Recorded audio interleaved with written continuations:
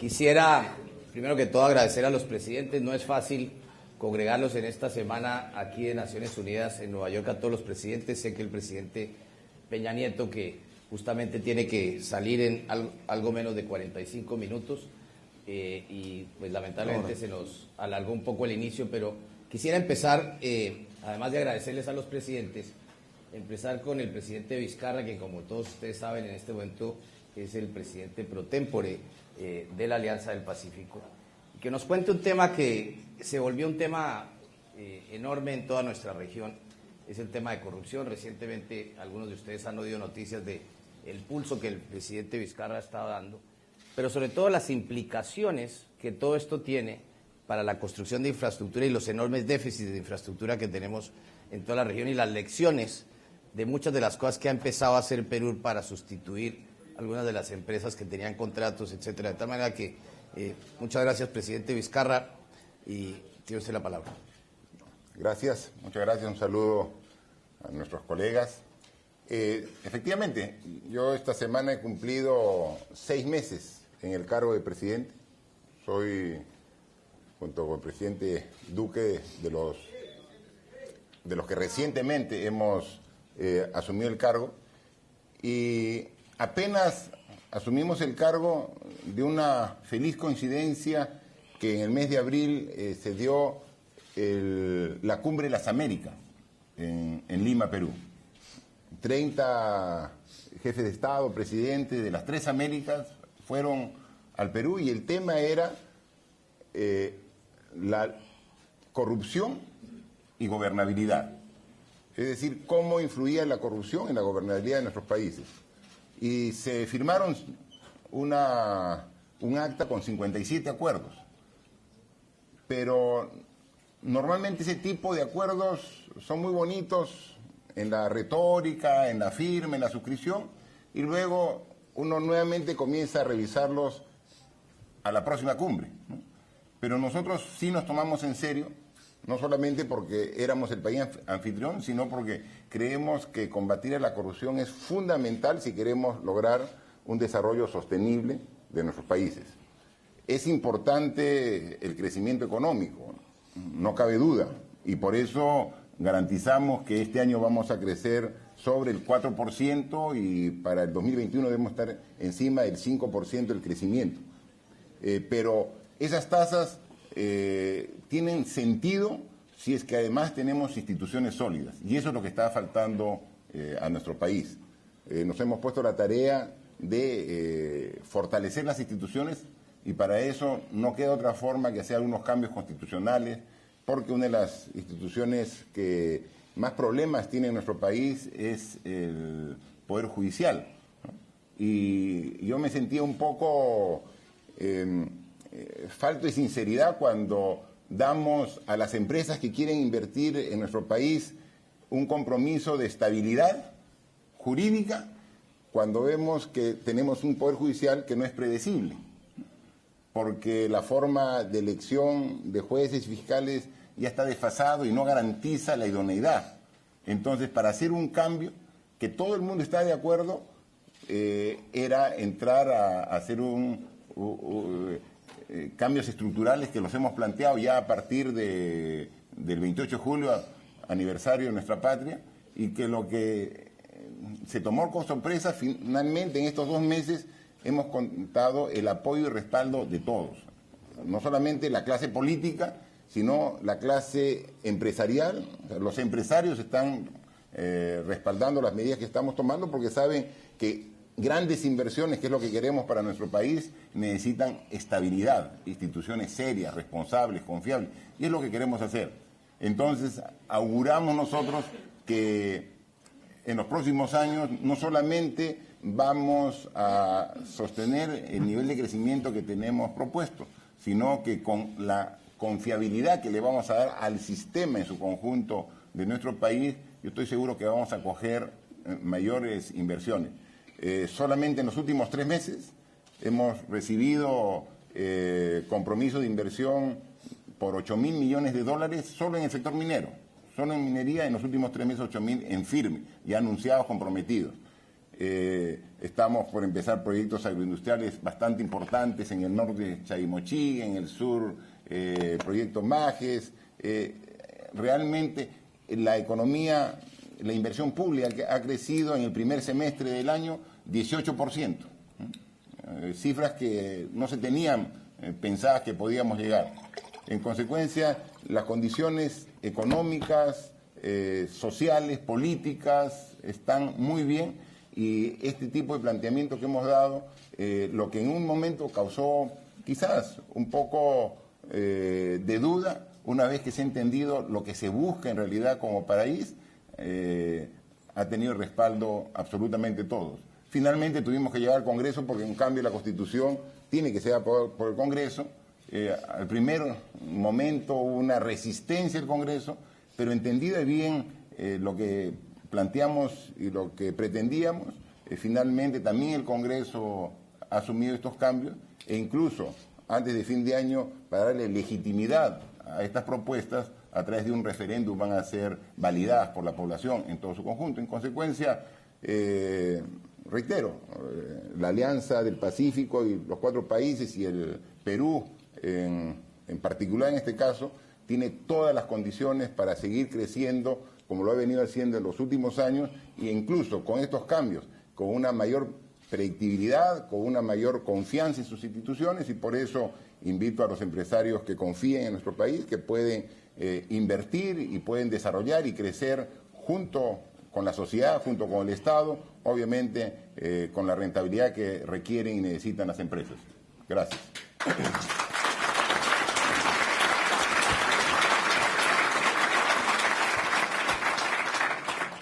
Muchas gracias, presidente Vizcarra. Presidente Peña Nieto, usted está por terminar su sexenio. La Alianza del Pacífico nació con su antecesor y, sin embargo, durante su gobierno la impulsó muchísimo. Más allá de que creo que es interesante la reflexión que haga de las cosas que usted cree que debe hacer la Alianza hacia el futuro. Hay un tema que usted siempre le puso un enorme énfasis y que tiene que ver con todos los temas de emprendimiento, sobre los temas de pequeña y mediana empresa, sobre los temas de tecnología, y que de paso yo sé que aquí no nos puede contar mucho, pero que hace parte de uno de los capítulos que justamente se acaba de negociar en el contexto del nuevo tratado con los Estados Unidos. Pero ¿por qué no nos cuenta un poquito, sus reflexiones de dónde se imagina debe estar avanzando la alianza, y por otro lado también un poco toda esta parte de emprendimiento y sobre todo alrededor de los temas tecnológicos, tema que está, por supuesto, en todas partes? Muchas gracias, Luis Alberto, y saludo con mucho respeto y afecto a los presidentes de los países hermanos que integramos esta Alianza del Pacífico y a todo el auditorio aquí presente. Primero, quisiera a esta altura hacer un balance realmente de lo muy positivo que creo yo ha resultado la Alianza del Pacífico para los países que integramos este esfuerzo.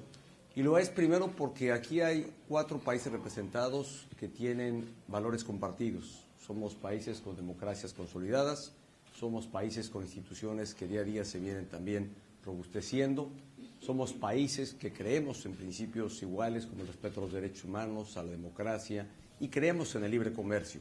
Y porque creemos en el libre comercio decidimos hacer esta Alianza del Pacífico, porque vemos en el libre comercio una vía para impulsar prosperidad y desarrollo para nuestras sociedades. Creo que a estas alturas esta Alianza del Pacífico, que relativamente es muy joven, ya ha dado los primeros frutos. Hoy tenemos una libre movilidad de personas, hemos liberado el 96% de productos y servicios que se comercian entre nuestros países, hemos observado cómo el flujo de visitantes en el sector turístico crece entre los 4 países, tenemos una gran movilidad académica, hemos impulsado proyectos para tener intercambios académicos, en fin, hay ya beneficios muy tangibles de esta alianza. Y a tu pregunta particular de cuál ha sido la experiencia de México, que sin duda también está incorporada en la visión de la Alianza del Pacífico, es impulsar el emprendimiento. En México creamos el Instituto Nacional del Emprendedor como una vía para apoyar, respaldar y orientar la creatividad de nuestros jóvenes, aquellos que quieren tener su primera empresa y que deseamos que no partan de cero. La verdad es que el instituto ha sido exitoso. A la fecha, en lo que va de esta administración, más de 4 millones de jóvenes han tenido la asistencia o el apoyo, no necesariamente de financiamiento, pero sí el apoyo para poder realizar su proyecto y poderlo materializar. ¿Qué es lo que busca el Instituto Nacional del Emprendedor? Pues obviamente dar capacitación, dar acceso al financiamiento, darles o abrir mecanismos para agilizar los trámites que deban seguirse para obtener desde el registro de su empresa. Algo que recientemente, bueno, ya hace algunos meses anunciamos en México, fue el poder abrir hoy una empresa en línea. Y te toma 24 horas, una vez que haces el trámite, 24 horas de manera gratuita, el que tú puedas abrir en línea en México una empresa. Hemos agilizado la prestación de varios servicios vía digital que presta el gobierno. De hecho, de acuerdo a mediciones de la OCDE, somos el país número 22 y el primero en América Latina por el número de servicios que ya se prestan en línea por diferentes dependencias del gobierno. Esto sin duda ha favorecido a crear un ambiente para impulsar el emprendimiento. Y te doy un dato más, bueno, dos datos que son reveladores en el caso de México muy particular, del éxito que ha tenido este impulso al emprendimiento. Primero, el número de patrones registrados. 150,000 patrones registrados, son muchos, son pocos. Si consideras que en los 12 años anteriores se habían registrado 50,000, es decir, 3 veces más el número de patrones que en 12 años previos se habían registrado. Y el número de empleos generados. Esta me parece que es una meta que todos buscamos, que nuestra sociedad y las nuevas generaciones tengan acceso al mercado laboral. Hoy estaremos llegando en esta administración a la generación de 4 millones de empleos. Para ponerlo en contexto, esto es más de los empleos generados en los 12 años previos en nuestro país. Entonces tienes hoy mayor número de patrones, 4 millones de jóvenes apoyados a través del Instituto del Emprendedor y generación de empleo. Y creo que es una de las fortalezas que México ha venido construyendo, que están aportadas a la Alianza del Pacífico, porque la Alianza mantiene esta misma visión. Y yo estoy seguro que esta alianza, que ha resultado ser además muy pragmática, que no tiene visos de orden político, sino estrictamente económico, la verdad es que es muy prometedora y lo es tanto que hoy está siendo observada por diferentes países que se han integrado como observadores, otros pretendiendo ser asociados ya por primera vez de esta alianza, que en lo joven que es, creo que ya promete muchos beneficios para nuestras sociedades.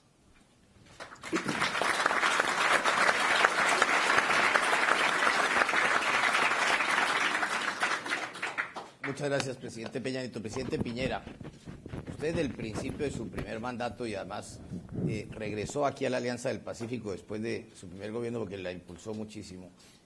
Siempre se fijó mucho en los temas de inversión y ha sido uno de sus constantes en su nuevo gobierno, sobre todo en esta coyuntura que vivimos actualmente de volatilidad en los mercados, en que se cuestiona lo que puede pasar en los mercados emergentes. ¿Qué cosas puede hacer la Alianza del Pacífico como un todo para atraer muchos más flujos de inversión que sirvan, entre otras cosas, para cumplir la meta que usted le ha puesto a los chilenos de que Chile sea un país de ingresos como cualquier país del sur de Europa, esencialmente un país desarrollado? Muy buenas tardes, amigos, colegas. Bueno, la verdad es que es cierto, la Alianza del Pacífico ha sido una experiencia exitosa, sobre todo si la comparamos con todas las otras experiencias de integración que hemos tenido en América Latina.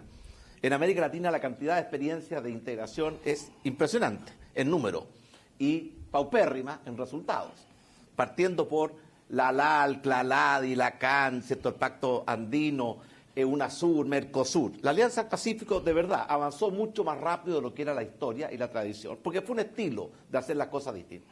Yo recuerdo que cuando teníamos nuestras cumbres de UNASUR, íbamos a un lugar donde cada uno hacía su discurso. Algunos de ellos, ¿cierto?, era una apología, ¿cierto?, de atacar o condenar la libertad, el libre mercado, la integración, la globalidad, pensando que ahí estaban nuestros problemas. Y cada uno hacía el discurso, no se tomaban acuerdos, no se buscaba, terminaba, nos íbamos a nuestros propios países. La Alianza del Pacífico es totalmente distinta. En la Alianza del Pacífico no hay discursos. Entonces, cuando nos juntamos a trabajar. Y por tanto llegamos a acuerdos muy rápido y eso nos permitió en pocos años, lograr una enorme integración en los mercados de bienes, servicios, inversiones, movimiento de personas, etc. Pero eso, la verdad es que es el piso, porque de aquí en adelante tenemos que correr o evitar correr el riesgo de que el éxito del pasado sea el principal peligro del futuro. De hecho, la principal riesgo de la sociedad moderna es la obsolescencia, y yo creo que eso es un riesgo que la Alianza del Pacífico también sufre. Por eso que cuando nos reunimos en Puerto Vallarta, establecimos una nueva agenda, muy distinta a lo que habíamos hecho los 7 años iniciales. Tal vez porque el 7º año, tal como lo dice la maravillosa película de Marilyn Monroe, es un 7º año en que hay que renovarse o morir. Y por eso establecimos una agenda muy ambiciosa, que básicamente es que la Alianza del Pacífico deje de ser la última alianza del siglo XX y pasa a ser la primera alianza del siglo XXI. ¿Qué significa eso?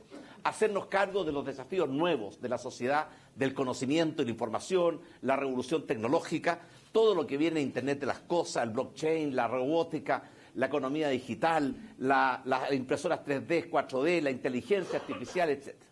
Y por tanto lo que estamos tratando de hacer ahora, y eso es parte de la agenda que acordamos en Puerto Vallarta, es con la misma fuerza, entusiasmo con que enfrentamos los desafíos del siglo pasado, hacer que la Alianza del Pacífico dé un gran salto adelante para integrarse a esta economía nueva, que va a llegar con o sin nuestro consentimiento, y que ha demostrado ser generosa con los países que la quieran tomar y abrazar, pero indiferente o cruel con las que le dan la espalda o la dejan pasar.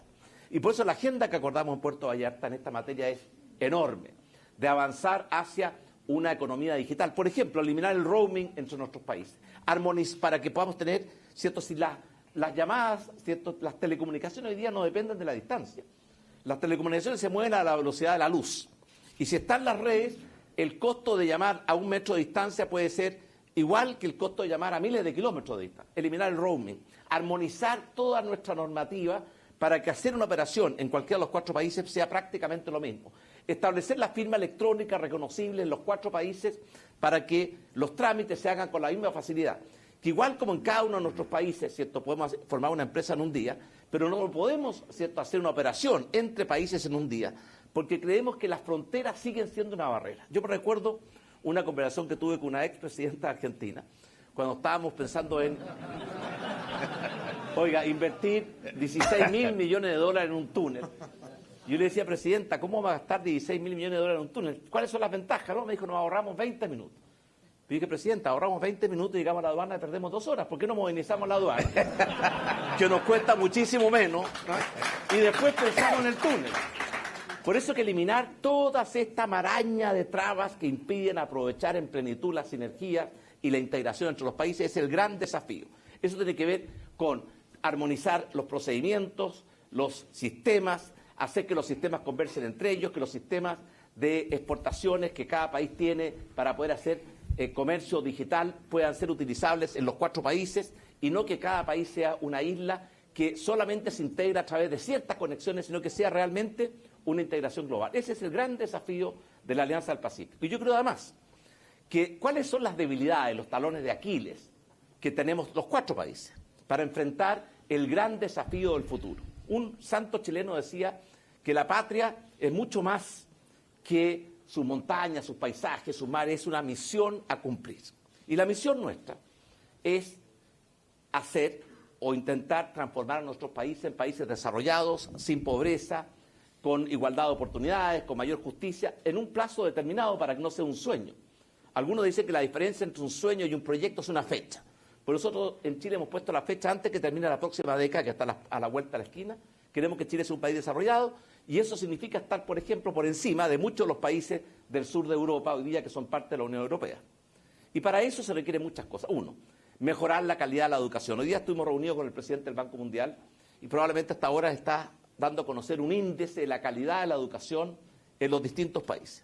Yo les digo una cosa, cierto, que América Latina no va a pasar bien ese examen, se lo garantizo, porque la calidad de la educación en nuestros continentes todavía está muy por debajo de lo que son nuestros niveles de desarrollo y muy por debajo de lo que son los requisitos.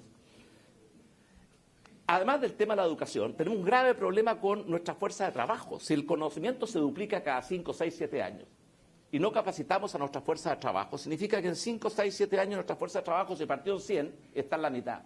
Y en 10 años están un 25%.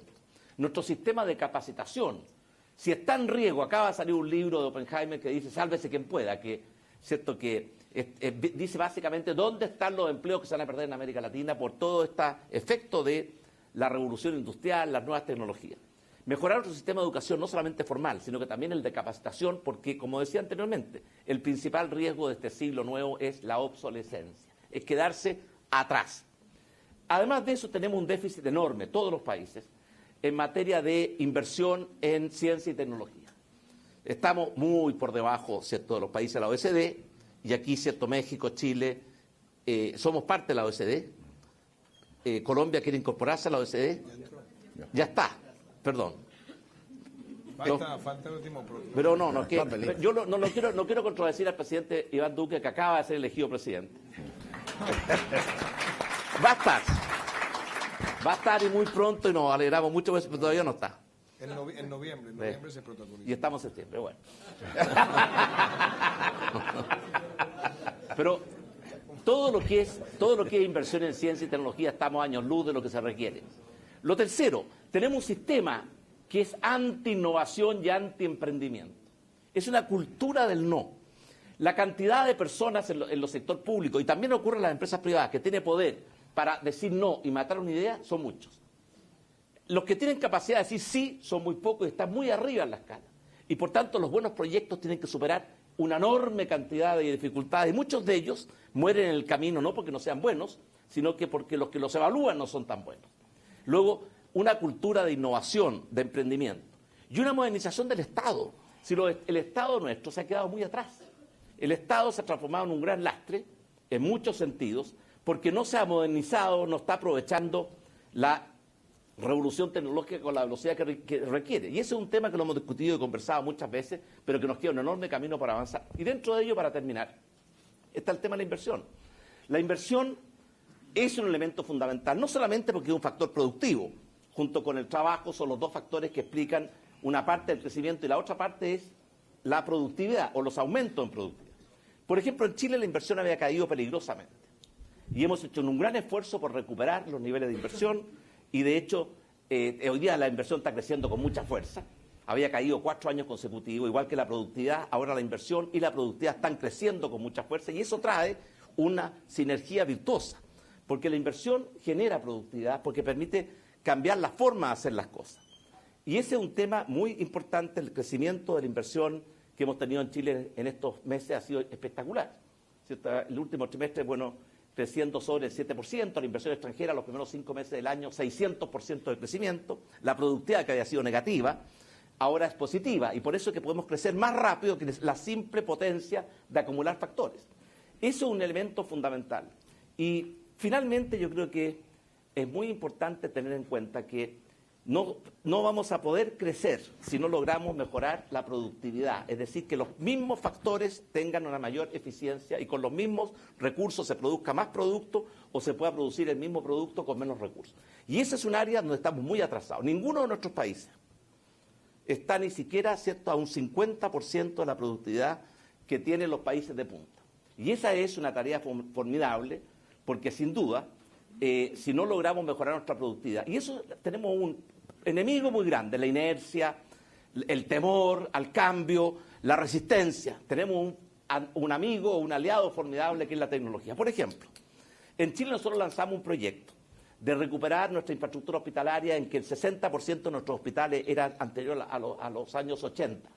Eso es como prehistoria. Si uno va a ver un hospital de los años 80 con respecto a lo que son los diseños, las tecnologías.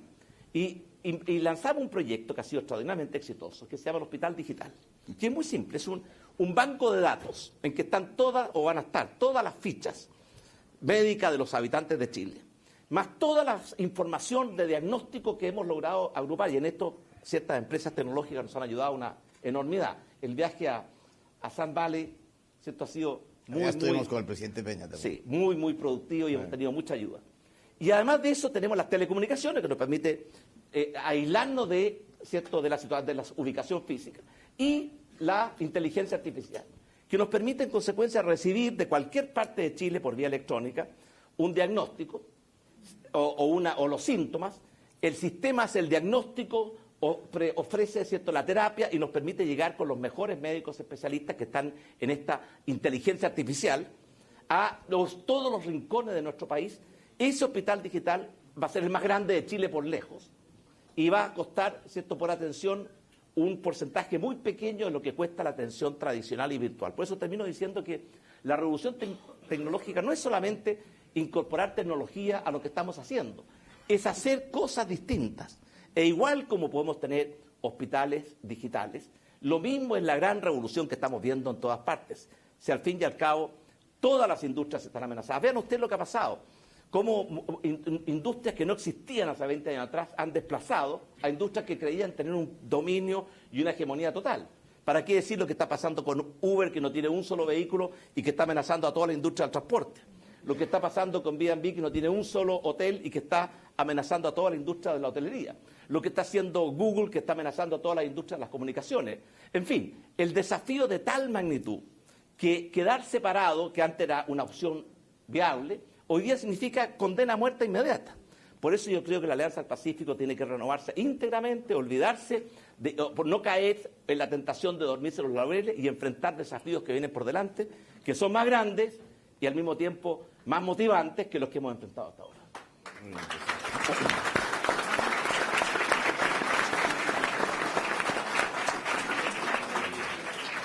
Muchas gracias, presidente.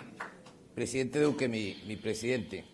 Usted acaba de ir aquí al presidente Piñera hablando de toda esta cuestión de futuro. Usted está arrancando su gobierno. Uno de los pilares fundamentales de su campaña era el de poder dinamizar mucho más la economía colombiana y que tenga la capacidad de generar de esta forma mucho más inclusión, pero también con una visión hacia el mundo asiático, donde Colombia tradicionalmente no ha tenido una inserción suficientemente fuerte y siempre ha sido como esquivo, por ejemplo, el hacer parte de APEC, entre otros. ¿Cómo ve usted, presidente, la inserción de Colombia hacia el Asia y especialmente con los estados asociados? Bueno, muchas gracias, presidente Moreno, presidente Peña Nieto, presidente Vizcarra, presidente Piñera. Antes de entrar a la discusión del Pacífico, yo quiero empezar por resaltar algunas cosas de esta alianza. La primera, y en eso coincido con lo que se ha dicho, es una alianza práctica, es una alianza que tiene efectos económicos y que tiene efectos comerciales, pero que empieza por reconocer lo que hasta ahora había sido el gran proceso fallido de integración, y es que por más instituciones que se hubieran creado en los últimos 80 años, el comercio intrarregional como porcentaje del comercio total es muy bajo. Y aún hoy sigue siendo muy bajo en América Latina. Cuando uno mira el comercio intrarregional de Asia, estamos hablando de un comercio intrarregional que puede representar más del 45-46% del comercio intrarregional comparado con el comercio mundial de la región. El de Europa también supera de lejos del 40-45%. En la región con dificultad llega al 30%. Ahora, esta alianza ha mostrado que se puede mejorar el comercio cuando se fijan unas reglas absolutamente claras. ¿Y qué destaco yo de esta alianza? Y luego pensando en el Pacífico. Más allá de los temas estrictamente comerciales de aumentar o no las exportaciones, es un tema también de desarrollar los mercados de capital. Y el reto que nos queda a nosotros en los próximos años es que realmente el MILA se constituya en una herramienta donde tengamos más ofertas públicas iniciales, donde podamos conseguir más financiamiento para nuestras empresas en plazo y en tasa, que podamos facilitar los movimientos de inversionistas institucionales en los países miembros. Y eso a mí me parece que es lo primero que yo quisiera resaltar hoy. Se ha avanzado mucho en lo migratorio, pero tenemos que ser mucho más ágiles, por ejemplo, en temas de compras públicas. Tenemos que ser mucho más ágiles en normas sanitarias, fitosanitarias entre nosotros. Y tenemos que buscar mucha más transparencia en términos de los códigos tributarios de los 4 países. En la medida que esto lo mejoremos, pues ahí vamos a estar más preparados los 4 miembros de la alianza para mirar al otro lado. Y yo quisiera decir eso. Ahí nos toca a nosotros en estos próximos años modernizar, agilizar. México ha empezado a hacer un trabajo muy exitoso, en eso se lo quiero reconocer a Enrique. Lo de la factura electrónica ha sido maravilloso. Colombia está en el proceso. Y eso nos ayuda a tener mucho más transparencia en el manejo fiscal. Hay temas todavía por resolver antes de mirar hacia el Pacífico, presidente Moreno. Nosotros seguimos teniendo, en general, tasas efectivas de tributación para las empresas que son elevadas, comparadas con las de muchos países del lejano oriente donde queremos llegar. Y ahí también nosotros tenemos que tomar decisiones y nosotros queremos hacerlo ahora con el plan de reactivación económica en Colombia. ¿Y apunta a qué? Si queremos formalizar empleo, si queremos generar empleo de calidad, si queremos ser más productivos, definitivamente nos toca bajar esas tasas efectivas de tributación. Y tenemos también que ser mucho más efectivos, por lo menos en el costo de energía industrial. Si queremos llegar al lejano oriente, donde los costos de generación para las empresas son sustancialmente bajos, tenemos también que ser mejores en nuestra región. Y eso implica que figuras como el cargo por confiabilidad pues puedan tener una regulación que también premie las nuevas tecnologías, que no genere obstáculos para entrar en nuevos operadores. Y si también queremos llegar al lejano oriente con éxito, tenemos que resolver temas básicos de infraestructura. No es lo mismo las dificultades de infraestructura que tiene Chile, que tiene muchas más facilidades geográficas que las que puede tener Colombia. Nosotros tenemos el puerto más importante en el Pacífico, en Buenaventura, y los nuevos corredores agroindustriales del país están en el otro extremo y nos toca conectarlos. Entonces, yo quiero seguir mirando al lejano oriente, pero también yo quiero dejar planteado que la alianza tiene que hacer una reflexión profunda, y es que antes de agresivamente seguir creciendo, tenemos que primero resolver muchos temas entre nosotros cuatro que nos hagan llegar fuertes como bloque, y no hablar de bloque y después llegar fuertes es individualmente como países. Y ahí, por ejemplo, quiero dejar planteado 3 interrogantes. El primero, nosotros deberíamos tener mucha claridad, ahora que hay otros países que quieren entrar como asociados, ¿cuál es la estrategia ofensiva comercial del bloque? No de cada país individualmente. ¿Y cuál es la defensa comercial en bloque? Porque tenemos sectores de muchísima sensibilidad. Los temas de leche y derivados en el caso de Colombia son importantísimos. Los temas de autopartes los tiene también México. Perú tiene otros temas de enorme sensibilidad. Yo quisiera que esa discusión la pudiéramos tener y concertar en bloque para ser mucho más efectivos. Ahora, APEC. La llegada a APEC es fundamental. Pero la llegada a APEC tiene que ir de la mano con una estrategia de cuáles van a ser esos nuevos sectores económicos donde queremos posicionarnos. Yo escuchaba lo que decía ahora Sebastián, hablando de las nuevas tecnologías. Sí, maravilloso. El problema es que en muchos de esos países ya están llegando al 5G en términos de comunicación y nosotros apenas estamos haciendo la transición. Muchos ya han acelerado la cobertura de Internet de alta velocidad. Muchos ya tienen constituidos unos esquemas de inteligencia artificial que son mucho más avanzados que los nuestros. Yo quisiera que esa mirada a PEC nos permitiera a todos de una vez cómo nos vamos a concertar. Me gusta que no haya, que podamos levantar el roaming entre los 4. Buen camino. Pero a mí me gustaría también que nosotros pudiéramos multiplicar los esfuerzos que tenemos para el emprendimiento sin dejarlos necesariamente aislados. Y eso implica tener unos fondos donde podamos tener estas empresas intrarregionales en materia de comunicación y de tecnología que estén avanzando en inteligencia artificial, que estén avanzando en Internet de las cosas, que estén trabajando en fintech, que estén trabajando en robótica para tener una envergadura como alianza. Entonces yo diría que esa sería una primera parte de esa reflexión, presidente Moreno. Y la otra, la forma en la que estamos financiando la pequeña y mediana empresa en la región. A mí me parece que hay ejemplos exitosos. Lo decía ahora el presidente Peña Nieto, lo que ha sido el Instituto del Emprendimiento, la experiencia de Corfo. Nosotros tenemos el Fondo Emprender y el Fondo Impulsa. Pero digámoslo de otra manera. ¿Dónde están los unicornios en la alianza empresas que han crecido desde que la alianza nació y cuánto valen esas empresas y cómo están jugando. Yo puedo decirle que en el caso de Colombia hay una, que es una empresa que nació hace 3 años, que ha sido valorada en $1.000 millones y que ha integrado tecnologías con la provisión de servicios. Pero no son más de 3 o 4, por lo menos en los países miembros de la región. Yo creo que uno de los retos que nosotros tenemos en materia de tecnologías para acceder a las oportunidades de mercado en Asia tiene que ver con cómo las vamos a financiar, cómo las vamos a nutrir, cómo las vamos a crecer primero entre nosotros. Y mi último comentario que tiene que ver con el Pacífico.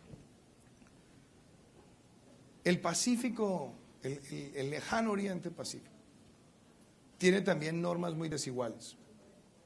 Hay países que tienen unos estándares laborales muy acordes a los cuales nosotros queremos llegar como ideal, que hacen parte de estándares de la OECD, y hay otros que no lo tienen.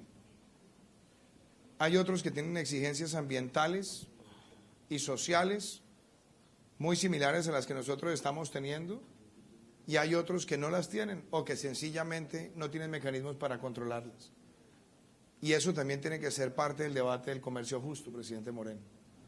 Entonces yo pensaría, y con esto cierro, que esta discusión en torno a la llegada a APEC y la aproximación de la Alianza del Pacífico exitosa en esos mercados tiene que ver con que tengamos una mejor coordinación y una mejor concertación en normas tributarias, en normas comerciales, en acceso al crédito de largo plazo para las empresas y en la forma como vamos a abrirle el espacio a las nuevas tecnologías que van a entrar a competir con países que están o altamente subsidiados o altamente restringidos o que tienen muchísimo más financiamiento de largo plazo. Yo creo que es posible y creo que oportunidades como esta y las que vienen en los próximos meses van a servir para que la estrategia de ofensiva comercial y defensiva comercial sea concertada y no sencillamente que hablemos de la alianza y que después estemos avanzando individualmente como países. Gracias.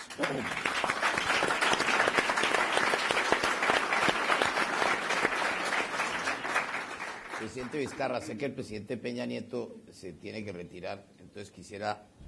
no, pero continúa. Viene una ronda más, ¿no? Sí, pero... Nos da tiempo. Damos el tiempo. Estoy viendo el reloj, ya se te acabó a ti. No, yo era respetando su tiempo, presidente. No, presidente. Yo quiero protestar. ¿Por qué quiere que se vaya el presidente Peña Nieto? No, porque... No, ya puso aquí Presidente, cerquita, quédese. ya puso muy cerca. No quiero que se vaya, sino que él me dijo que tenía que irse a cierta hora. Yo quiero Faltan 20 acomodarlo. minutos para eso todavía, no te preocupes. Ya pusieron aquí cerquita la salida. Muy bien, muy bien. Presidente Vizcarra, cuéntenos un poquito los mecanismos que ha venido introduciendo. Ahora miramos, por ejemplo, volviendo al tema de los programas de infraestructura. Una de las cosas que ustedes pudieron hacer en Perú, que justamente la está mirando Argentina en este momento con el llamado problema de los cuadernos, es cómo fueron cambiando los concesionarios y cómo fueron redirigiendo un poco los programas de infraestructura. ¿Por qué nos cuenta un poquito sobre eso, que ha sido un tema, digamos, bastante de vanguardia que ha venido desarrollando el Perú? Sí, efectivamente hay una serie de sistemas de relacionamiento entre el Estado y las empresas privadas en el Perú que ha ido funcionando. Obras por impuesto, justo hablábamos con el presidente Duque cómo funcionan en nuestro país y que es una buena alternativa para poder sacar proyectos importantes en un plazo mucho más corto que el plazo normal que se toma para un proyecto, dada la enorme burocracia que hay que también corregir. Las concesiones, ¿no? Se ha aumentado de manera significativa la conectividad vial del país en base a concesiones de carreteras, concesiones en aeropuertos, ahora en puertos. Entonces, cuando la empresa privada ha asumido responsabilidades de manera directa, ha comenzado a encontrar una gradual disminución de la brecha en infraestructura que tenemos. Pero aún todavía la brecha es enorme. Aún tenemos mucho por hacer. Y algo, un poco tomando como reflexión las intervenciones de los presidentes respecto a lo que nos falta en tecnología de desarrollar si comparamos con otros países, yo quisiera dar por lo menos mi experiencia que tengo de tecnología en nuestro país, ¿no? Yo viajo mucho. O sea, una característica de mi trabajo, estoy de la semana por lo menos 3 días, salgo de Lima y voy a diferentes regiones del país. El país es muy grande, una Amazonía inmensa, la sierra, con toda su complejidad, 2.500 de litoral de cara al Pacífico, 2.500 kilómetros, y veo obras y proyectos públicos, pero también voy a ver proyectos en desarrollo privados, ¿no? Empresariales. Y veo una enorme diferencia. O sea, si falta tecnología en nuestros países, lo que nos falta de tecnología es al Estado. Pero yo voy a un proyecto minero en el Perú, no tiene absolutamente nada que envidiar en desarrollo a un proyecto minero en una potencia en minería mundial. O sea, Canadá, Australia, no tiene absolutamente nada. Voy a ver un proyecto agroindustrial o agroexportador del Perú. Yo he entrado a grandes extensiones de plantación, de agricultura de exportación. Para entrar es como entrar a un quirófano en una clínica especializada, cómo tienes que entrar, cómo tienes que respetar toda una serie de procedimientos y cómo dentro de ese complejo todo funciona a la perfección. O a cualquier industria, a cualquier fábrica. Y entonces vemos ese gran contraste. O sea, hay un enorme contraste en cómo la empresa privada aprovecha la tecnología, la ciencia, y porque tiene que ser competitiva, porque si no lo hace, simplemente sale del mercado. Entonces, para ser competitiva, tiene que estar con lo último en la tecnología. Y entonces es eficiente, es competitiva. Pero al lado de esa empresa, volvemos a la realidad, servicios inadecuados, vemos zonas urbanas que no están bien atendidas en su educación, salud, servicios básicos. Y entonces ese es el contraste que vemos. Entonces, si queremos subirnos a esta ola de tecnología, no tenemos que pensar ni siquiera en países desarrollados del primer mundo. O sea, tenemos que ver al lado lo que están haciendo nuestros propios compatriotas a través de la implementación de tecnologías para sus actividades. O sea, están al lado, o sea, no tenemos que buscar, ahí se está aplicando. Y entonces, por eso, uno de los quizás más importantes características de la Alianza del Pacífico, ¿y por qué funciona? Porque está del lado de la empresa. Estamos trabajando con objetivos comunes. Por eso es que logramos esta mejora y resultados comparativamente mejor que otro tipo de alianzas, otro tipo de organizaciones que más tienen un enfoque de carácter político, donde quien toma las decisiones son las autoridades con la visión del Estado, dejando de lado la visión empresarial. En cambio aquí, y eso es una de las características también que queremos darle a este año, en la cual la Alianza del Pacífico nos confía la presidencia a este año, de estar más cercano al empresariado para definir bien objetivos comunes. Y estos objetivos comunes nos van a llevar a un ganar-ganar, ¿no? Un ganar-ganar donde las empresas puedan tener mayores posibilidades de inversión, de crecimiento, y eso definitivamente va a revertir en una mayor capacidad también del Estado de fortalecerse, de tener mayores ingresos para precisamente destinarlos a la mejora en nivel de vida de nuestros ciudadanos. Entonces yo creo que por ahí está el tema. Hay veces tratamos de buscar tecnología en sitios muy alejados cuando la tenemos al lado, tratar de encontrar soluciones un poco rebuscadas en otras latitudes cuando la solución la tenemos adentro. Yo pienso que nuestra gran fortaleza es que somos países que tenemos más o menos la misma historia, la misma cultura, la misma población, y eso es una fortaleza porque además también tenemos la misma convicción de mirar el futuro con optimismo, con esperanza, y además trabajando unidos, no solamente unidos como países, sino unidos hacia dentro de cada uno de nuestros países. Y esta alianza, que por lo menos en el Perú hemos planteado, de crecer de manera ambiciosa, pero de la mano del empresariado, nos va a fortalecer como país, y fortalecidos como país, fortalecemos la alianza para poder encarar un bloque que ahora, que hay riesgos de proteccionismo, tenemos que con mayor fortaleza estar unidos para poder nosotros abrir nuevos mercados en el mundo. Gracias.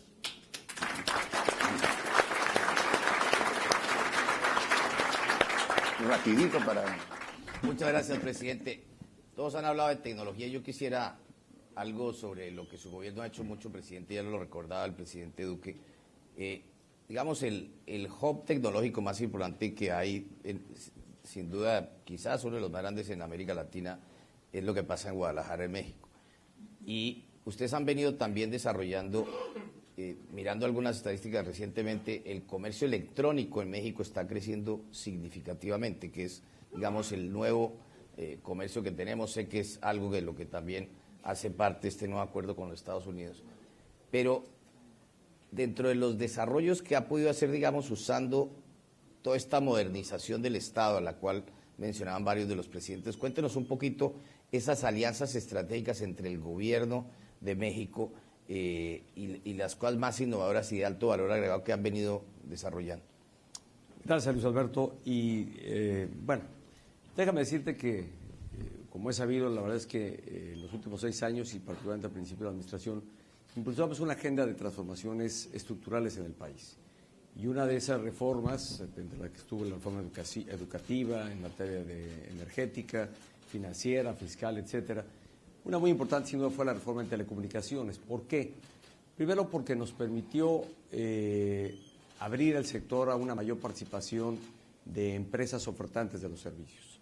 Era un sector muy concentrado y eso ha permitido, después de implementar la reforma, una caída muy significativa en los precios de la telefonía celular y del acceso al Internet. Han disminuido 43% en promedio estos precios. Segundo, la conectividad nos permitió además tener una mayor, prácticamente eliminar el roaming con América del Norte a partir de la entrada de nuevos participantes al mercado de la telefonía. Creamos un modelo quizá único, que es la red compartida, que es este proyecto precisamente de haber liberado una de las frecuencias a través del apagón analógico, de cerrar lo que era la tecnología analógica para liberar una frecuencia que permita ofertar a las empresas mayoristas los servicios de Internet en toda la geografía nacional. Está previsto que para el 2024 en nuestro país al menos el 92% de la población tenga acceso a Internet rápido, de banda ancha, 5G, que es la evolución que estamos haciendo. Es un modelo que se ha convertido en un referente de éxito y que está en camino. Todo esto, bueno, es parte de la experiencia que deriva justamente la reforma en telecomunicaciones y es precisamente a través de ella que hoy creo se abren mayores oportunidades para la incorporación, especialmente de los nuevos emprendedores, a la creación de empresas y a ofertar servicios, productos que en esa gama y en esa apertura pues favorezcan al consumidor.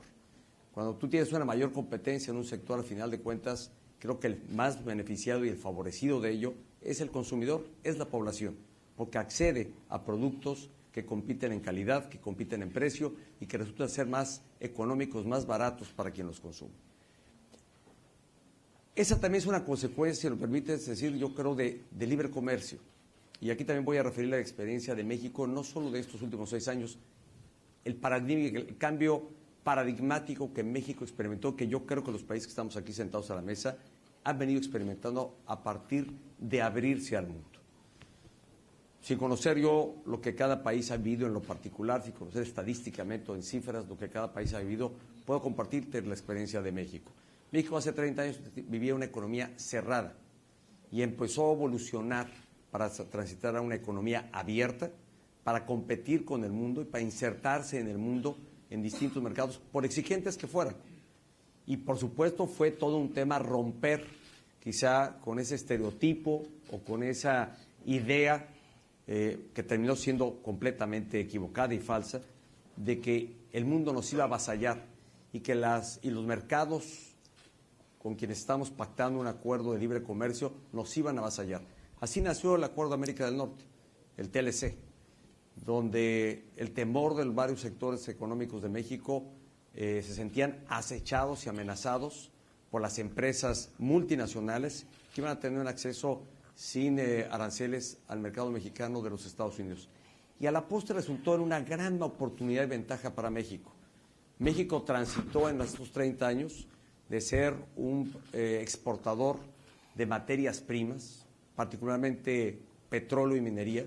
Ahí estaba concentrado el 66% de sus exportaciones y el 33% restante era productos manufacturados. Hoy es justamente a la inversa. Hoy más del 90% de las exportaciones de México son productos de alta manufactura. Ha crecido 20 veces el comercio, la exportación, las exportaciones que hacemos. 400,000 millones de dólares, de 20,000 que teníamos a 400,000 millones de dólares que hoy exporta nuestro país. Y el petróleo y la minería pues, se redujo a menos del 10% en lo que hace a la composición de nuestras exportaciones. Eso nos deja ver y creemos en México firmemente que la apertura de nuestro país ha dejado enormes beneficios, porque además las empresas que emplean o las empresas exportadoras generan empleos mejor pagados, en promedio 30% más de un empleo regular. Esto nos lleva a pensar, primero, y es una reflexión para quienes integramos la Alianza del Pacífico, que así la compartimos desde su origen, y no obstante que yo me incorporé ya habiéndose tomado la iniciativa de crear esta alianza, de ser audaces, de no tenerle miedo al mundo, y que no es sino en la apertura como nuestras sociedades y nuestros agentes económicos son capaces de demostrarse a sí mismos que pueden competir con el resto del mundo. No es hasta entonces, porque si lo diseñamos teóricamente, pues puede ser que entonces sea mucho más fácil mantenernos o de habernos mantenido en una inercia proteccionista, como es la tentación de algunos hoy en día en algunos países. Pero para México y la experiencia, creo que de los países que estamos aquí sentados en este panel, ha sido que el libre comercio ha traído importantes beneficios para nuestras sociedades. Y ha sido una palanca bien importante del desarrollo económico, de la generación de empleo, de la atracción de inversiones, y creo que lo debe seguir siendo en este vehículo del que hoy somos parte, que es la Alianza del Pacífico. Yo estoy ya por prácticamente concluir la administración. Sin duda, cada presidente le imprime su propio acento, su propio sello. Sebastián ya lo estuvo en su origen, se fue, regresa, ahora lo veo con este ánimo y con este empuje que seguro le imprimirá a la Alianza su propio acento. Iván, que también recién ha tomado posesión, le va a imprimir su propio acento, igual que Martín Vizcarra. Yo dejo aquí esta reflexión. Quien venga a relevarme en el gobierno de México también le habrá de imprimir su propio acento. Pero en la óptica personal, mi experiencia después de 6 años, de casi 6 años de haber gobernado el país, es que el libre comercio es una ventana de oportunidad para impulsar desarrollo y prosperidad a nuestras sociedades. Y también la conveniencia de hacer revisiones periódicas a estos acuerdos, porque el comercio, quizá el acento que habrá que incorporar hacia el futuro, es que el comercio no solo sea en beneficio de unos cuantos o de unos cuantos agentes económicos o de unas cuantas empresas. Creo que el gran reto es cómo el comercio que se hace, ese que hacemos con el mundo, realmente beneficia a pequeños productores. La tecnología sin duda es una herramienta que les dará acceso o ya está dando acceso al mercado, a todos los mercados, a productores, a pequeños productores que hoy en línea pueden ofertar sus productos. Alibaba, la empresa china de Jack Ma, es un gran ejemplo de, no sé, el nivel de comercio que hace, son más de 500,000 millones de dólares que comercia su plataforma tecnológica, Amazon y todas estas plataformas, y que permite que pequeños productores se puedan incorporar. Creo que el marco comercial debe modificarse, modernizarse, para que los beneficios del libre comercio alcancen a más y nos permita también cerrar brechas de desigualdad. Yo al dejar esta administración dejo esta reflexión de ser audaces, pensar en que sí podemos competir con el mundo entero, que tenemos y hay que demostrarnos a nosotros mismos. Ya vivimos en México la experiencia cuando se creó este acuerdo con América del Norte, y yo hago votos porque la Alianza del Pacífico siga la senda de ser más competitiva, ser más audaz, ser agresiva para conquistar nuevos mercados, para incorporar nuevos socios o asociados a esta alianza, y esto sea un motor más del desarrollo de nuestras sociedades. Y quiero agradecer, siendo ya mi última participación, que hago en mi carácter de presidente de México, agradecer a mis colegas el espacio, el acompañamiento, para quienes lo estuvieron en su inicio, para quienes lo están ahora que recién se han incorporado.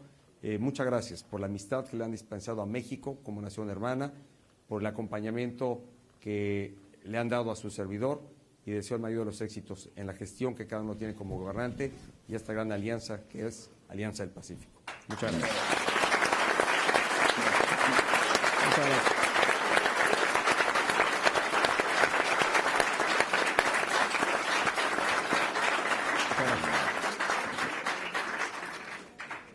Presidente Piñera, aquí dentro de todos los temas que se hablan aquí en Naciones Unidas, claramente uno de los temas es el tema de medio ambiente. Nos vimos hace un rato en la reunión esta de One Planet, pero usted hizo una cosa realmente vanguardista, que fue tomar una decisión de acabar con el plástico en Chile. Y si uno observa lo que pasa en toda nuestra costa pacífico, de México hasta Chile, hoy en día se han constituido literalmente islas de plástico. Y me pregunto si aquí no hay una gran oportunidad para la alianza, para sustituir el plástico. Usted recordaba esa famosa película del graduado, que cuando llega le pregunta a la familia, bueno, ¿y qué tengo que hacer? Y dice, it's plastics.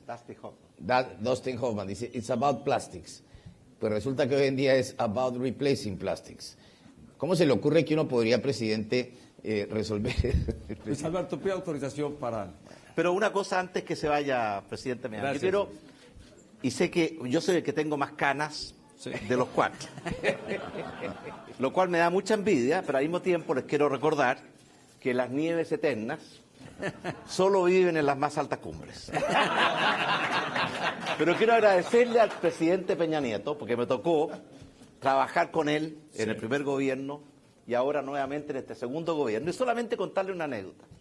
Yo conocí al presidente Peña Nieto cuando era presidente electo. Correcto.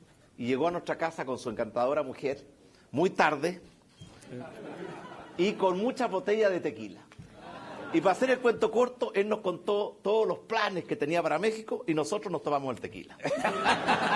Así que fue un gran negocio para ambas partes, pero ha sido un gran aporte a México, a la Alianza del Pacífico, un gran amigo, una persona que merece el homenaje, la gratitud y el reconocimiento de todos los que somos parte de la Alianza del Pacífico. Muchas gracias.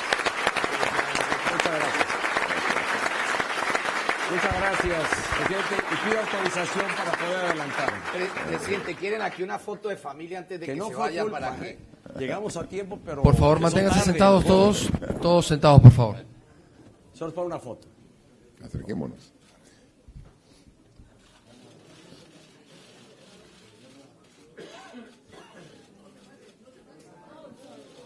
Ahí está. Gracias, Iván. Muy Muchas bien. gracias. Muchas gracias. Gracias. Muy bien.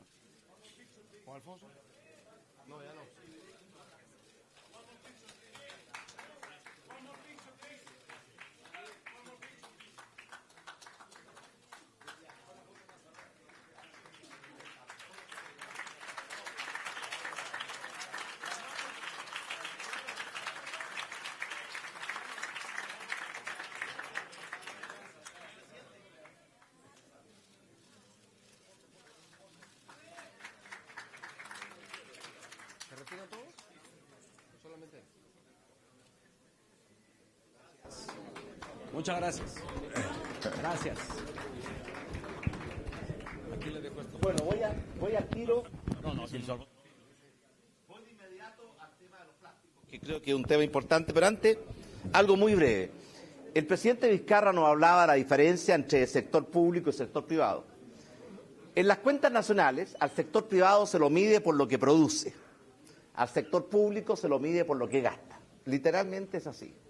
Y por tanto el sector privado tiene que pasar el test de mercado.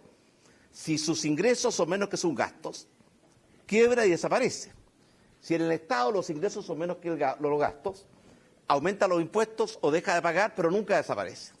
Y por lo tanto es cierto de que uno con el Estado tiene que tener una actitud mucho más vigilante, mucho más desafiante, estar permanentemente cuestionando, porque no hay ese test de sobrevivencia que las empresas privadas tienen que vivir todos los días. Por eso es tan importante hacer permanentemente esa actitud de estar cuestionando. Por ejemplo, nosotros en Chile creamos 2 oficinas que se llaman GPS y Open.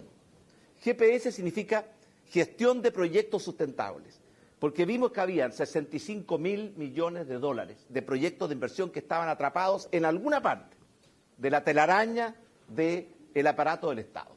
Y por tanto identificamos los proyectos y una vez a la semana nos reunimos proyecto por proyecto para ver dónde está trancado, si se justifica o no se justifica, y en la inmensa mayoría de los casos no hay ninguna justificación. Está guardado en un cajón, hay negligencia, no hay estímulo o incentivo, el que nada hace, nada teme, que es una cultura que a veces se apropia del Estado. Por eso el tema del Estado no es un tema del tamaño del Estado, como piensan algunos, es la calidad del Estado que en nuestro país tenemos que cambiarla, o en nuestros países radicalmente. Y la oficina de Open, que significa Oficina de Productividad y Emprendimiento Nacional, que lo que tiene que hacer es revisar y cuestionar todas las normas, las restricciones, las regulaciones, las leyes, para ver cuáles de ellas aportan y cuáles de ellas frenan. Porque esto es un poco como los organismos públicos, las regulaciones resisten el test o pasan el test de la inmortalidad. Cuando hay una necesidad se crea un organismo público. Cuando la necesidad desaparece, el organismo público nunca desaparece.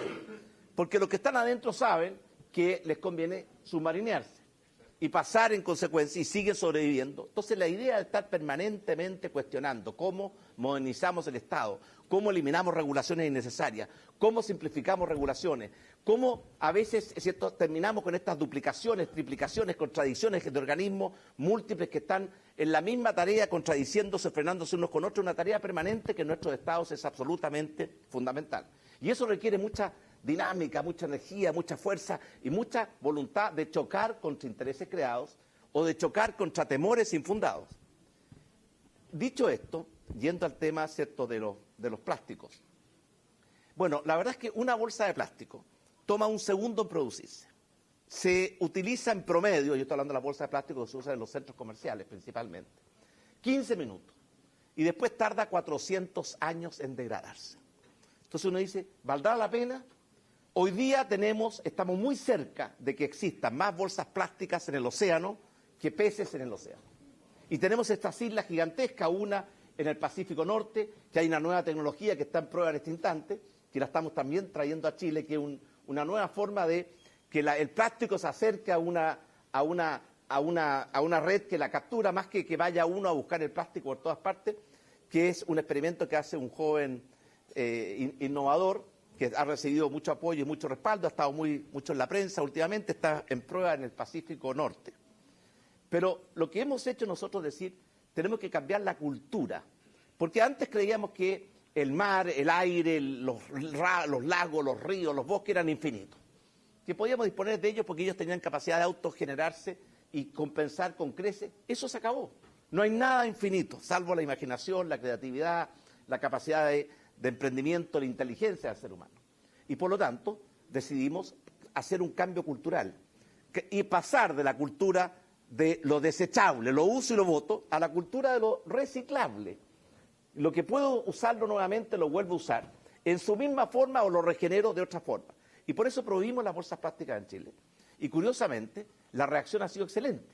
O sea, de parte de la población, el grado de aprobación de esta medida, el grado de adaptación de la población, ¿cierto?, a esta nueva forma de enfrentar y asumir tareas cotidianas ha sido muy importante. Y eso nos va a permitir terminar, en Chile teníamos creo que 12.000 millones de bolsas plásticas al año y teníamos, obviamente esas bolsas plásticas terminan en alguna parte. Y uno las veía en los basurales, en las ciudades, en los campos, en las costas, en los mares, y muchos peces habían comido esos plásticos. Y finalmente toda la cadena alimenticia termina en el ser superior, que es el ser humano. Así que nosotros también estábamos ya comiendo plástico indirectamente a través del plástico que comían los peces o los pájaros. Y por eso fue una medida importante, pero un primer paso. Por eso en esto el presidente Peña Nieto decía audacia. La web 1.0 conectó computadores con computadores. La web 2.0, computadores con personas. La web 3.0, que es la que está ahora, es computadores con personas y con cosas, en el marco de una inteligencia artificial y una capacidad infinita de almacenar y procesar datos. Y por eso nos va a cambiar la vida de una forma total, porque las cosas van a ser inteligentes, estar integradas a un sistema que tiene más conocimiento, mayor capacidad de análisis, mayor capacidad de decisión, que lo que uno puede hacer, ¿cierto?, en el mundo tradicional. Y por esa razón, otra propuesta que yo quiero hacer a la Alianza del Pacífico es, por ejemplo, nosotros estamos a punto de licitar la banda para la red 5G, que es 100 veces más rápida que la 4G. Y por eso, si queremos tener de verdad un sistema que funcione con la velocidad que la gente exige en los tiempos modernos, que conecte todas estas cosas, necesitamos no solamente capacidad de almacenamiento, necesitamos capacidad de transmisión de datos infinitamente mayor. Y eso no nos podemos quedar atrás, porque si nos quedamos atrás en eso, es como que no hubiéramos aprendido el idioma, como que no hubiéramos descubierto el fuego, como que no hubiéramos descubierto, ¿cierto?, el vapor. Entonces, en esa materia es otro tema donde podemos hacer perfectamente bien que nos pongamos de acuerdo. Los grandes países ya acaban de seleccionar, porque es muy importante sintonizar, porque eso significa que vamos a estar en el mercado masivo de los equipos, más económico, la evolución tecnológica va a ser más rápida. Es peligroso equivocarse en esto, como por ejemplo que Argentina se quedó en televisión con el sistema PAL, ¿cierto?, cuando todo el mundo se fue por un sistema distinto. Uno tiene que en esta materia buscar dónde va a estar la concentración, porque aquí hay pura economía de escala. Y eso sí que podemos hacer, de tener un único sistema y una sola banda y un sistema de cómo enfrentamos juntos este salto adelante de la red 4G a la red 5G, que, ¿cierto?, es la red del futuro y que en esto un día de retraso, ¿cierto?, no es como antes que uno ni siquiera se daba cuenta. Lo mismo yo les mencionaba anteriormente en la Alianza del Pacífico, que la firma electrónica sea reconocida por todos los países. Cada uno de nuestros países tiene un sistema de comercio electrónico autónomo y digital. Nosotros tenemos un sistema que se llama CISEX, que permite a los exportadores e importadores hacer todos sus trámites en línea. Sin embargo, si uno quiere hacer ese mismo trámite con Perú o con Colombia, no estamos en línea.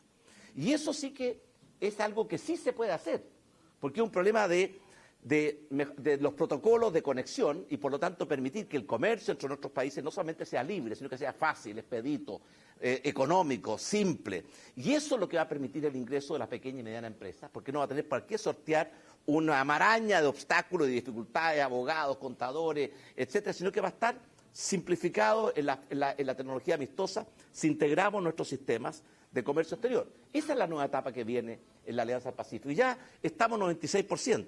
Nosotros querríamos ir a 100% ya. Así que si están de acuerdo, podemos tomar ese acuerdo aquí mismo. De pasar del 96 al 100% a partir de ahora. Como el presidente Peña Nieto está de ida, y yo sé que está de acuerdo.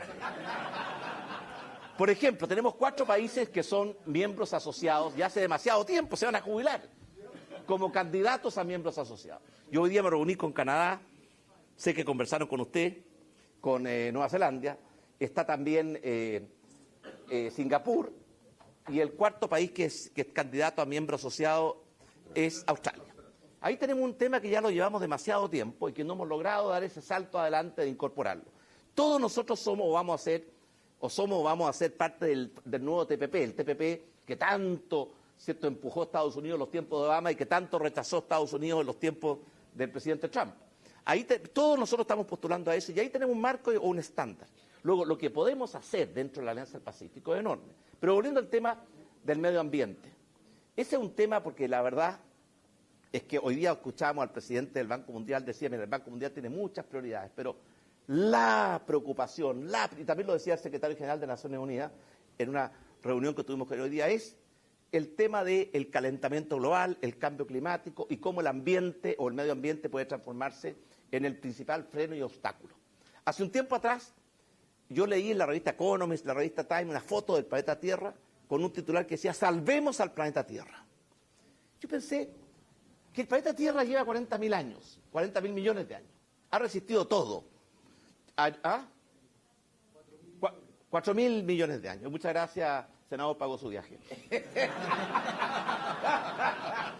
Yo tengo que tener buena relación porque están aquí distinguidos senadores chilenos que nos tienen que ayudar, oiga, que nos tienen que ayudar a impulsar todo esto, porque algunas cosas pasan por el Congreso. Bueno, el planeta lo ha resistido todo. El diluvio, los que creemos en el diluvio, ¿cierto? Los choques de aerolitos, las glaciaciones, las inundaciones, los terremotos. Y ahí está. Si lo que está en peligro no es el planeta Tierra, o al menos antes que el planeta Tierra está en peligro la sobrevivencia del ser humano en el planeta Tierra, que somos invitados de última hora comparado con el tiempo que ha estado el planeta Tierra, y por lo tanto, esa es, de hecho, 99 de cada 100 especies que alguna vez existieron dejaron de existir y no queremos nosotros incorporarnos a esa lista. Por lo tanto, el tema del medio ambiente, cómo hacer compatible desarrollo con medio ambiente. La naturaleza hace mucho tiempo que está haciendo gritos de angustia, diciendo, cuídenme, porque si no me cuidan yo no los puedo cuidar a ustedes. Y vea usted lo que pasa. Tuvimos, ¿cierto?, el protocolo de Kioto, donde los dos países que más contaminan o que más emiten, ¿cierto?, Estados Unidos y China, no concurrieron. Tuvimos el Acuerdo de París, y ahora tenemos muy próximamente la reunión de Cracovia, en Polonia, donde entraron Estados Unidos y China, pero Estados Unidos, ¿cierto?, se salió. Y por lo tanto ahí hay un desafío gigantesco. Ahora, cada país tiene dos cosas. Una cosa es el efecto que produce su propia contaminación dentro de su propio territorio. Y ahí cada país tiene incentivos para cuidarse porque se está causando daño a sí mismo. Pero otra es el efecto que produce en la emisión de gases de efecto invernadero, que es, da lo mismo donde se produce, el efecto global. Y por tanto, si yo ahorro, ¿cierto?, una tonelada de CO2 y la emite un país en cualquier otra parte o extremo del mundo, el efecto sobre el país original es el mismo. Entonces ahí tenemos un grave problema, porque los acuerdos de París, para pretender controlar el aumento de la temperatura no más de 2 grados con respecto al año 2100, con respecto a la era preindustrial, no se están logrando. Y de hecho, ni con eso logramos garantizar la sobrevivencia. Hoy día escuchaba a la presidenta o a la primera ministra de las Islas Marshall, que decía que, ¿cierto?, que el problema de ellos es que al año 2030, de acuerdo a las expectativas, la isla desaparece por el alza del nivel del mar, y contra eso no pueden adaptarse, ¿cierto? No hay adaptación si el agua, ¿cierto?, va a estar por encima del nivel de la isla. Entonces ahí hay un desafío gigantesco que no lo estamos tomando en serio, y que termino diciendo que a nuestra generación le pasa una cosa muy impresionante. Es la primera generación que sufre los efectos del cambio climático. Y es la última generación que va a poder hacer algo para evitar que ese cambio climático termine con la sobrevivencia del género humano en este mundo.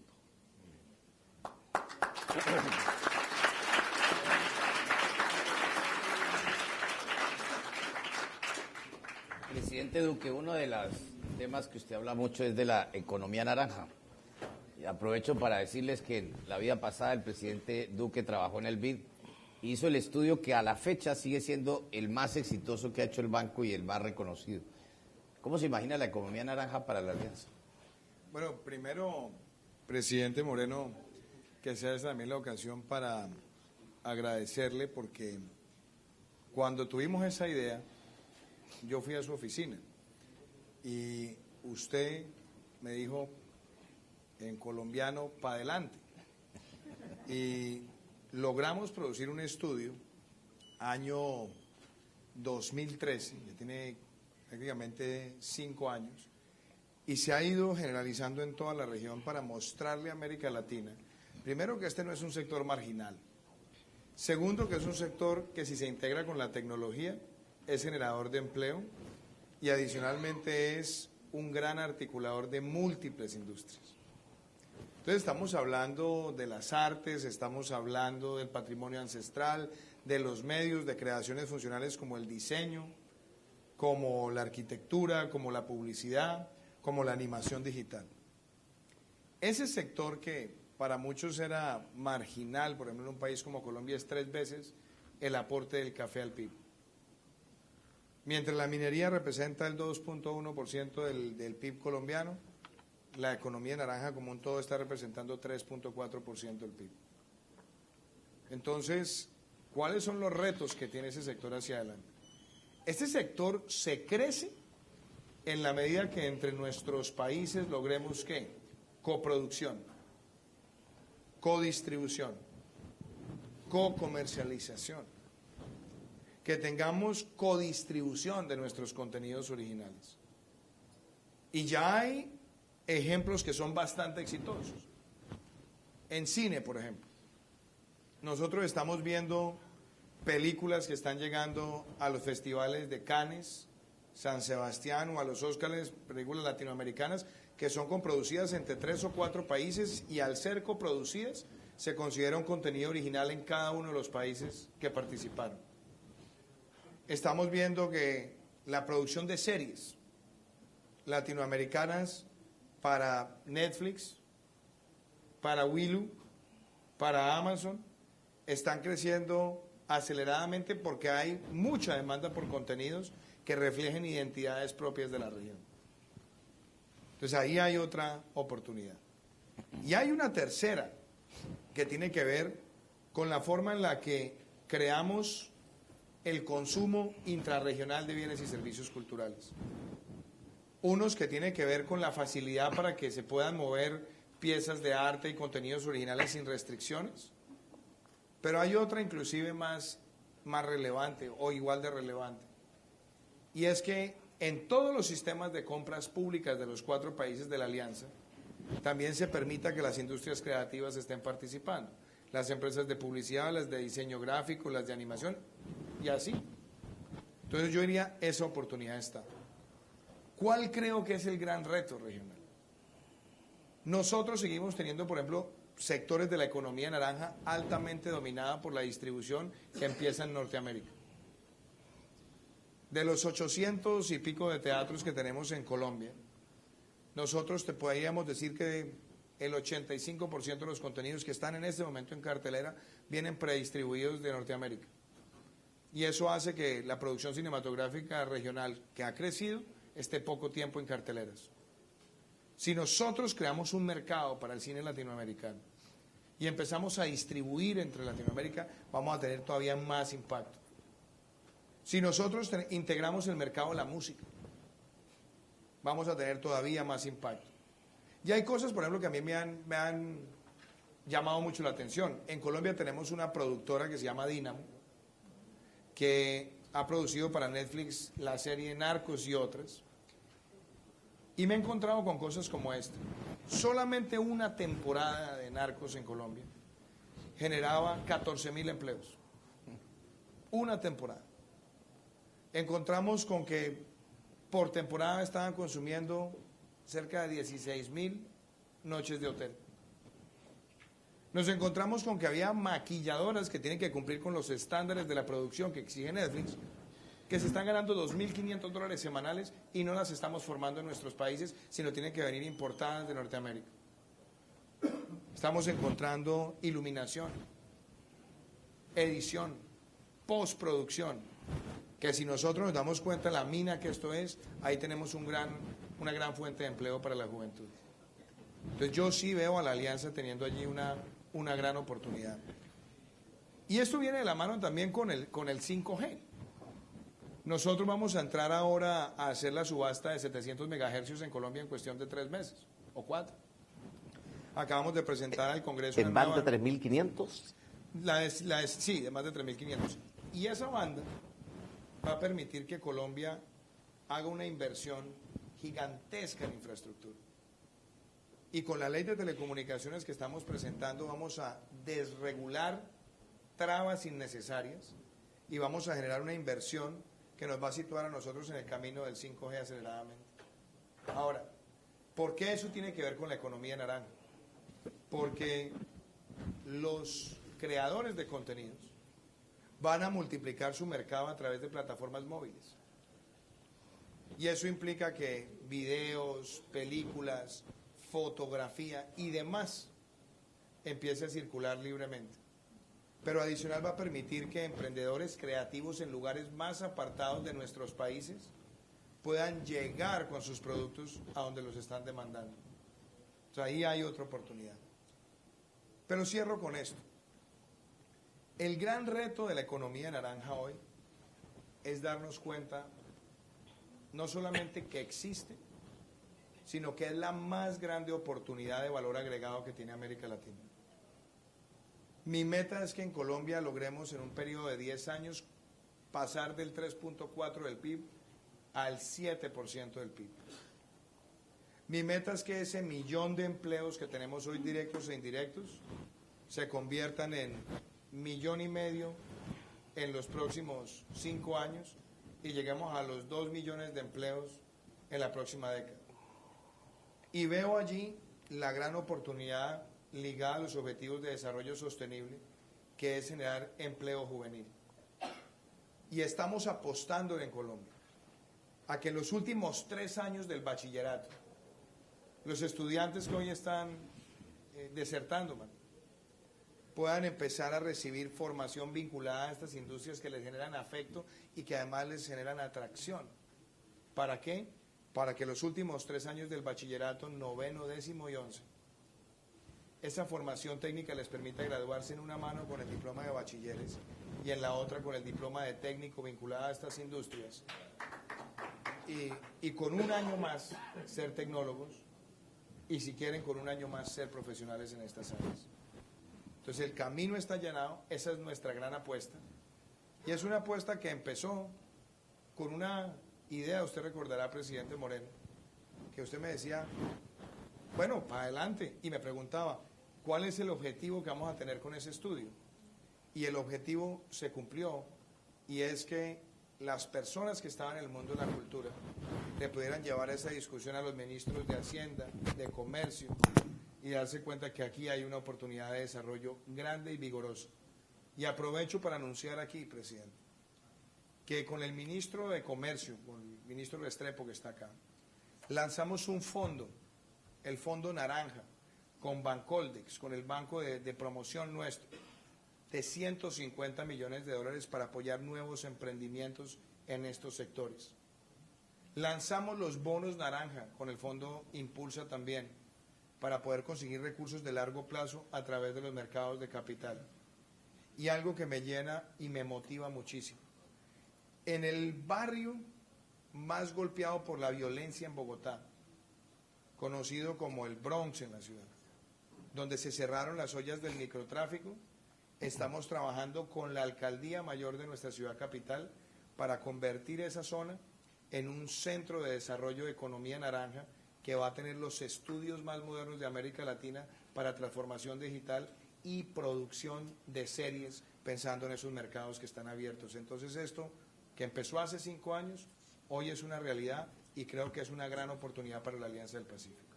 Muy bien.